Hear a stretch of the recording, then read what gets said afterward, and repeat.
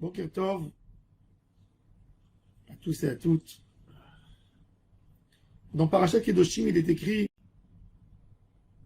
Et Shabbatotai Tishmoru Umikdashi Tirau Ani Hashem. À propos du Shabbat, il a été écrit en langage de pluriel. Shabbatotai. Et le Beth Amikdash, il est écrit au singulier. Bon, Beth Amikdash, c'est normal. Il y en a un.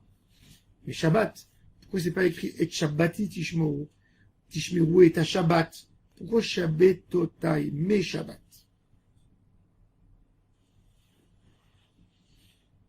Le Shabbat, il a deux buts principaux. Le Shabbat nous a été donné, il nous a été ordonné dans les 10 commandements. Nous avons les 10 commandements dans Parashat Yitro. On a en deuxième fois, il est écrit les 10 commandements dans le livre de Devarim. Parashat Vaetranan. Dans Parashat dans Shemot, dans le livre de Shemot, il est écrit Ki sheshet yamim asa Adonai et hashamayim ve'et haaretz ve'et hayam ve'et kol asher bam vayenach bayom hashevi al ken berach Adonai et yom hashabbat. C'est-à-dire que le Shabbat, il nous rappelle la création du monde, qu'Akadosh Baruch Hu a créé le monde en 6 jours, et il a arrêté le 7e jour, et pour cela tu feras le Shabbat, et pour cela Akadosh Baruch Hu a béni le Shabbat, et la deuxième fois dans les Luchot Shniyot, quand la Torah a été redonnée, il y a eu de nouveau les tables de la loi, et c'est mentionné dans Devarim, qu'est-ce qui est écrit là-bas, dans les Luchot Shniyot? Il est écrit Vezacharta ki eved hayita be'eretz Mitzrayim vayotziacha Adonai Elohecha misham beyad chazaka ubizron et al ken tzivecha Adonai Elohecha lasot et yom ha-Shabbat.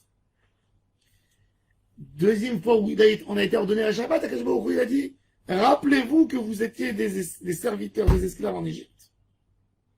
Je vous ai fait sortir d'Égypte.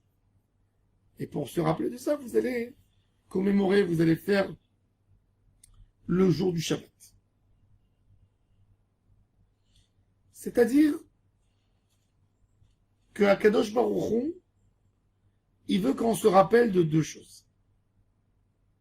En réalité, le monde devait tenir 6 jours. Le monde, c'était un jour de 6 jours. 6 jours de création. Quand Akadosh Baruch Hu, il a créé un autre jour, dans ce compte et dans ce jour, il n'y a aucune création. C'est-à-dire que c'est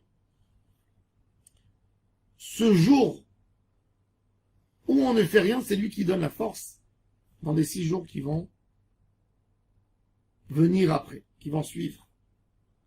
Le Shabbat, c'est une hitrachut, c'est renouveler tout ce qu'il y a eu dans le monde. Toute la force du nouveau, c'est le Shabbat qui le donne. Et c'est pour ça que Shabbat, c'est de la Géoula, c'est de la délivrance. Ça donne une force dans ce qui a déjà été créé.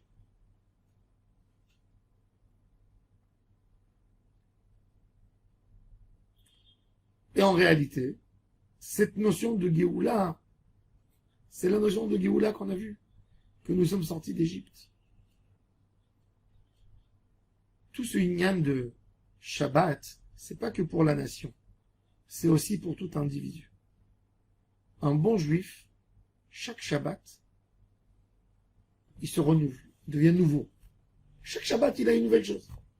Chaque Shabbat, ta neshama, elle se renouvelle, tu deviens une Bria Chadasha.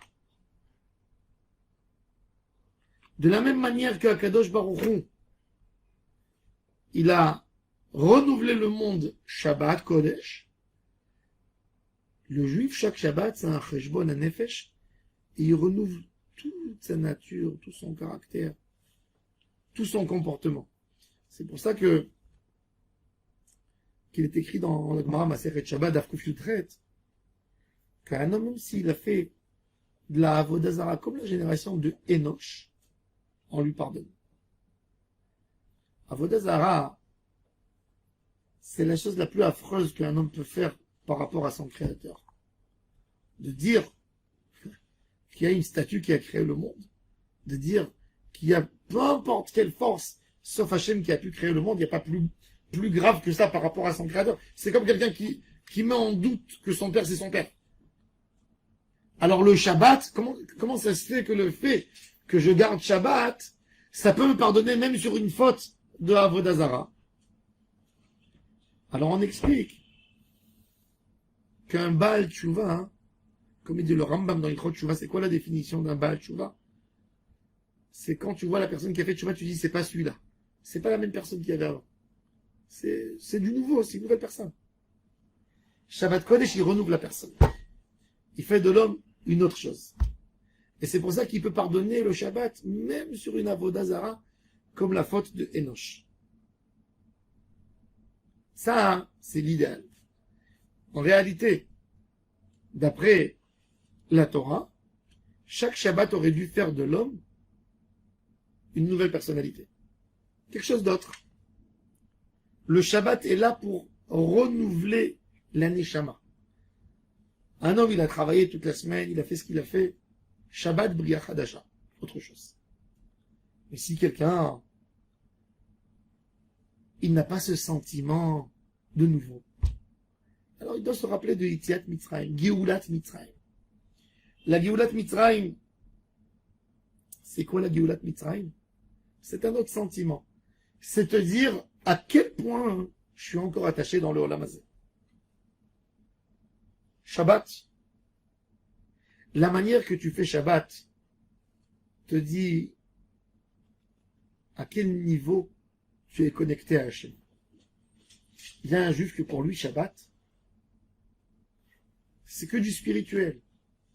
Il attend tout le Shabbat, tous les Shabbats pour pouvoir étudier la Torah. Le Rambam écrit à son élève, Rabbi Yosef Ibn Aknin, pour lequel son élève que le Rambam lui a écrit le livre, le Guide des Égarés. Il écrit au Rambam qu'il veut venir étudier chez lui en Égypte. Et le Rambam lui dit, mon fils ne vient pas maintenant. Pourquoi? Il dit, parce que je me lève le matin, je fais ma prière, je dois courir au palais du roi au Caire, et je reste avec lui 1 heure pour tester tout ce qu'on lui a préparé à manger dans la journée, pour voir que ça convient. Ensuite, le roi, il a un harem. Dans le harem, il a 50 femmes et concubines et tout ce que je veux. Et chacune avec ses enfants, je dois les tester. Je dois vérifier. Je dois être pédiatre, je dois être roi, et je dois être conseiller, je dois être psychologue. Il dit, quand je finis là-bas, il est déjà 1 heure de l'après-midi. Je retourne chez moi à la maison, et je vois déjà une queue de malades qui attendent à côté de ma porte. Et je les supplie de me donner l'autorisation de manger 5 minutes. Je mange, et après je m'occupe d'eux, jusqu'au soir. Après je rentre à la synagogue, je fais un petit chiour. Je fais vite, et je rentre dormir. Parce que déjà, il est déjà 11 heures du soir. Donc moi je dois me lever le lendemain. Le seul jour que j'ai étudié, c'est Shabbat Kodesh. Où j'ai étudié. Le Rambam nous a écrit ses livres grâce au Shabbat. C'est incroyable. Shabbat Kodesh, un juif doit attendre à Shabbat pour se ressourcer, pour se remplir. Quand un homme a passé un Shabbat, où c'était à table et au lit, à table, au lit, à table, au lit, cet homme doit se dire, mais franchement, je suis loin d'Hachem. Regarde comment il a l'air mon Shabbat. Le Shabbat, c'est le miroir de comprendre à quel point tu t'es éloigné d'Hachem. À quel point tu n'es pas attaché à la spiritualité. Et c'est pour ça qu'on doit avoir en nous, Shabbat Kodesh, une avodat Hachem extraordinaire. Donc on a quelque part, c'est une de Maaseh Bereshit de Hitrachut, et sinon, au moins Yetziat Mitzrayim. C'est pour ça qu'on a besoin d'avoir ces deux éléments. Et c'est pour ça que la Torah, elle a dit, Et Shabbatota Tishmo. Garde l'idée de Maaseh Bereshit. Et garde l'idée de Yetziat Mitzrayim. Ces deux idées ensemble vont te donner les bonnes mesures pour pouvoir te rapprocher à Kadosh Baruch Hu de la bonne manière. Et c'est exactement ça, la Bechina du Bet HaMikdash. De sentir à Kadosh Baruch Hu, V'asuri Mikdash, V'shachamti betocham. Ramener à Kadosh Baruch Hu chez nous. Quand quelqu'un il est proche d'Hachem, sa neshama tous les jours elle se renouvelle. les tzadikim, ils se fatiguent pas dans la Avodat Hashem parce que tous les jours, leur neshama, elle crée de nouvelles choses. Ils ont de nouveaux projets dans la Avodat Hashem. Hashem Yebezrenu. Qu'on fasse des projets de Avodat Hashem, qu'on évolue dans la Avodat Hashem, qu'on ait toujours des ambitions, que ça s'éteigne jamais les ambitions dans la Avodat Hashem de faire plus et découvrir plus et plus. Amen. Kenny Ratzon.